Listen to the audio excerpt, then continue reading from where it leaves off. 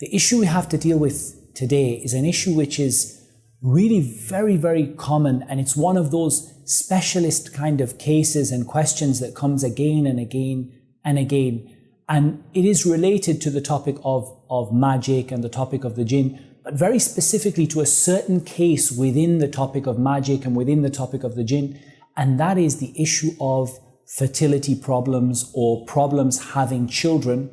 And when does that relate to the jinn, and how can we deal with that in terms of an Islamic cure involving Ruqyah or involving anything else? And then we want to talk about sort of more specific cases. What happens when you can prove that it's related to the jinn, when there's all sorts of jinn-related activity going on, and then is our approach any different? So that's what we want to deal with today, insha'Allah ta'ala. The first point that we want to deal with is that whenever we have an issue that could potentially be from, let's say, worldly or normal causes, and could also be from, let's say, unworldly or unnatural causes, i.e. magic or the jinn, then we have to deal with it in two ways. Because if you're watching this video and you're having this kind of problem, then it may well be that you are suffering from a natural medical issue. And it may well be that you're suffering from a jinn-related issue. So how do we deal with this? I mean, a lot of people would start by saying, well, what are the criteria for us to decide whether it is a jinn problem or whether it is a medical problem? And I would say that's not necessary to do at all. We don't need to even go there. We can solve this problem by dealing with both at the same time.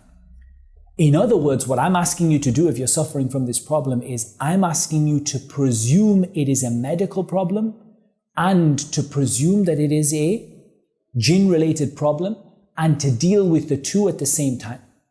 Likewise, we can add a third issue in there. What about if this is a test from Allah?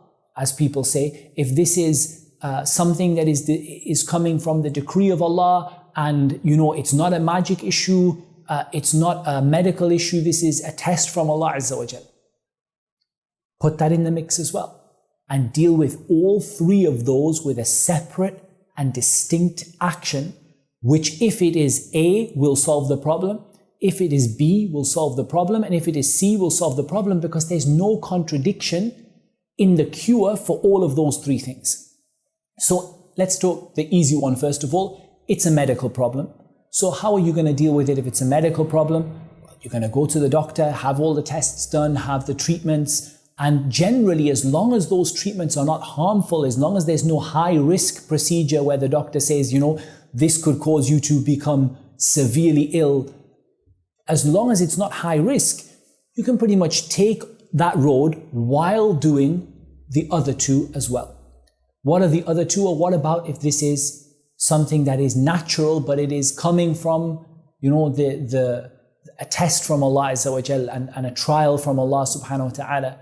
So how are we going to get ourselves out of that? Well, we actually find that there are things mentioned in the Qur'an and in the Sunnah which can relieve this kind of problem and bring about the result that you want. From them are the topic of istighfar, seeking forgiveness.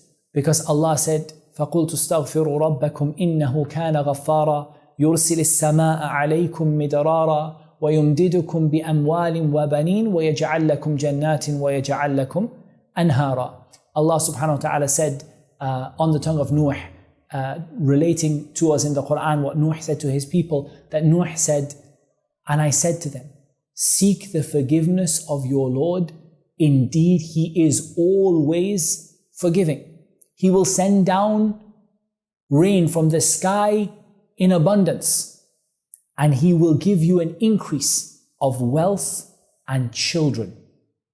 And He will give you gardens and will give you rivers. All you have to do to get all of that in one package is to seek the forgiveness of Allah. And by that, I don't mean sitting in your home saying, Astaghfirullah, Astaghfirullah, Astaghfirullah, but actually feeling it, meaning it, thinking about it, asking, what have I done that I'm seeking forgiveness from? Making all of these long and complicated dua for seeking forgiveness. Allahumma ghfir li dhanbi kullah, diqqahu wa jilla, awwalahu wa akhirahu, sirrahu wa alana.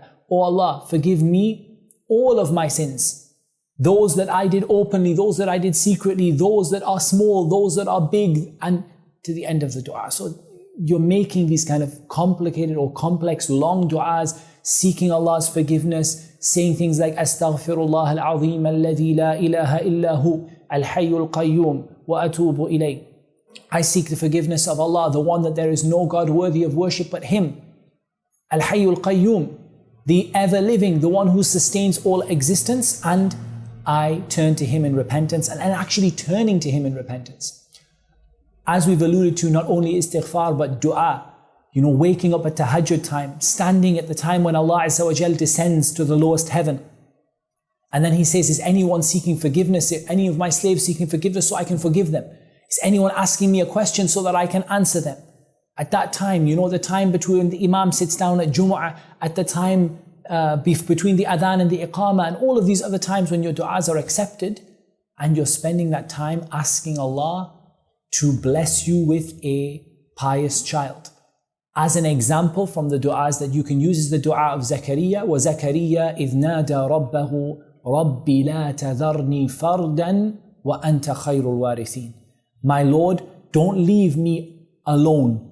Fardan means alone or with no children, barren with no children, and you are the best of the inheritors. That's one du'a that you can use. There are others mentioned in the Qur'an, in the Sunnah, that are too many to mention in just this short clip. But the point is that you are making dua, you're making istighfar, you're seeking Allah's forgiveness, and you are intending to do something good with this gift that you are given. Because Allah subhanahu wa ta'ala told us in the Qur'an, لَإِن شَكَرْتُمْ لَأَزِيدَنَّكُمْ. If you show gratitude to Allah, Allah will give you more. So if you show gratitude for what you have, and if you intend to show gratitude through that child, not like the example that Allah Azza wa Jal gave in the Qur'an of the one who begged Allah for a pious child, and then when Allah gave them that child, they made partners with Allah subhanahu wa ta'ala. Not like this example. Like the one who intends that if I have this child, I will raise them as a good Muslim. I will teach them to obey Allah Azza wa Jal, insha'Allah, and you have that intention, which is there. You observe the correct etiquettes between husband and wife, even in issues like marital intimacy. You don't do anything haram in that. You observe the dua before embarking on that. You have all of the right etiquettes. You make the wudu afterwards, for example, or the ghusl when necessary. And there are etiquettes that you follow. Because the more you follow the sunnah, the more barakah you will find in the action that you do. And there are commands in the sunnah that relate to marital intimacy, relations between husband and wife. And so if you follow the sunnah in this regard, it's much more likely that you're going to get the result that you want out of it in terms of that child that you want. And of course, you have to recognize that Allah Azza wa Jal is the only one that can solve this problem for you, because at the end of the day, Allah is the one. To some He gives sons, to some He gives daughters, to some He doesn't give any children at all, and so He is the one you need to seek that help from. At the same time, Allah Azza wa Jal commands us to do what we call al-akhdhu bil-asbab. Go out and do the causes. Go out and do the reasons for things to happen. So go to the doctor, seek some help, recognizing that the doctor alone will not help you. That the help is going to come from Allah. But this is a cause, a sabab, a cause that Allah has placed in this world for you to act upon and for you to try out. And you never know where the help of Allah is going to come from. So right now we've dealt with this first point of it being a medical problem. We've dealt with what if it is a test from Allah and the need of patience and dua and istighfar and all of these other things that we understand when it relates to a test of Allah. But what if it is the third one? What if it is magic or the jinn that is causing this problem? If you suspect that, then I would recommend that you start doing a Ruqyah treatment. Now, one of the things we say, one of the most beautiful things about Ruqyah is that it's not a harmful treatment. It's not like a medicine that has side effects. You take a medication, you take a drug, and that drug has side effects, and it could cause your hair to fall out, or it could cause you to become sick, or it could cause you to develop an allergy, or it could cause lots of things. Ruqyah doesn't cause any problems at all. You can do Ruqyah when there's nothing wrong with you at all, and it won't cause any side effects. It has no downside. So if you think it's a problem related to that, and especially if you start to see some evidence that it is, and this brings us to the second part of the question, with regard to someone who says, well, I've seen some pretty reasonably strong evidence that it is a jinn problem. For example, I've seen figures around the home.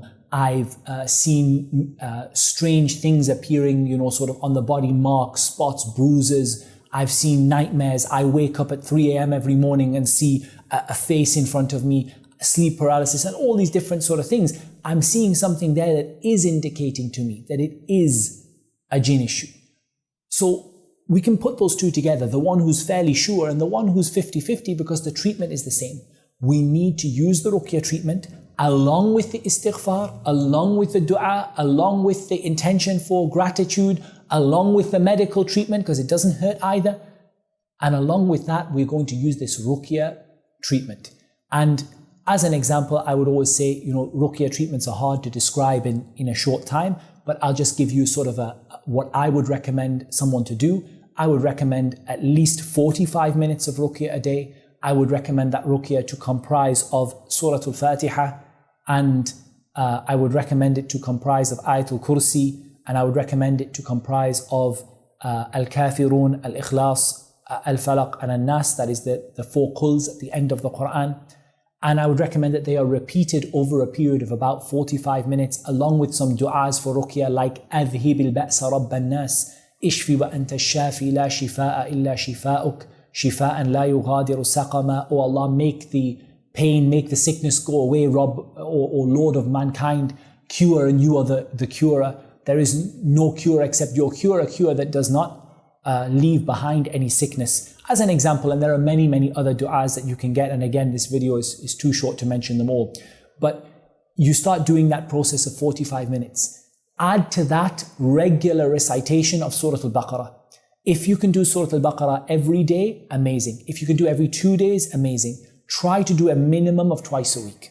A minimum of twice a week that you are reciting Surah Al-Baqarah at least twice a week. And if you can do it every day, and if you can do it twice a day, that's amazing. But let's be honest, Surah Al-Baqarah takes probably between an hour and a half and 2 hours to read. So, if you have 4 hours free in the day, that's amazing. But otherwise, do the best you can. Try to do it at least twice in a week. Try to finish it at least twice in a week. On top of that, you have my 7-day program. That's sort of the use of water, olive oil, and other things. And we'll post a link on that as well, inshallah ta'ala, with the video. And these kind of things, you put them together into a Ruqyah program, and you start treating yourself along with the istighfar, along with the dua, along with the medical treatment, and you deal with it from every angle. The advantage to this method is that wherever your problem is, and let's be honest, it could be a combination. The jinn are causing a medical issue.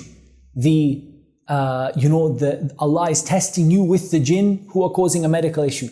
If you're dealing with all 3 facets of this problem, then the reality is that inshallah the cure will not be far away with the permission of Allah Azza wa Jal. So to recap, take the medical route as long as it's nothing dangerous or extremely that's something that would compromise your religion. Take the medical route.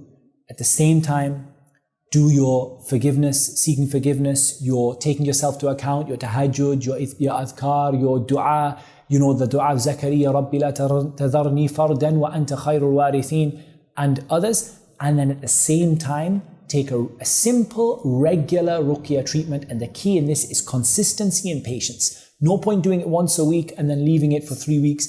Every day, 45 minutes a day, along with some of the water, the oil, and all of the other stuff, along with, for example, reading Surah Al-Baqarah a minimum of twice a week, and putting your trust in Allah, because like Allah said, فَإِذَا عَزَمْتَ فَتَوَكَّلْ عَلَى اللَّهِ. When you've done your bit is all that I've described in this video. Then when you've done your bit, put your trust in Allah. When you've done your bit, put your trust in Allah. And Allah Azza wa Jalla knows best. Wassalatu wassalam ala nabiyyina Muhammadin wa ala alihi wa sahbihi ajma'in.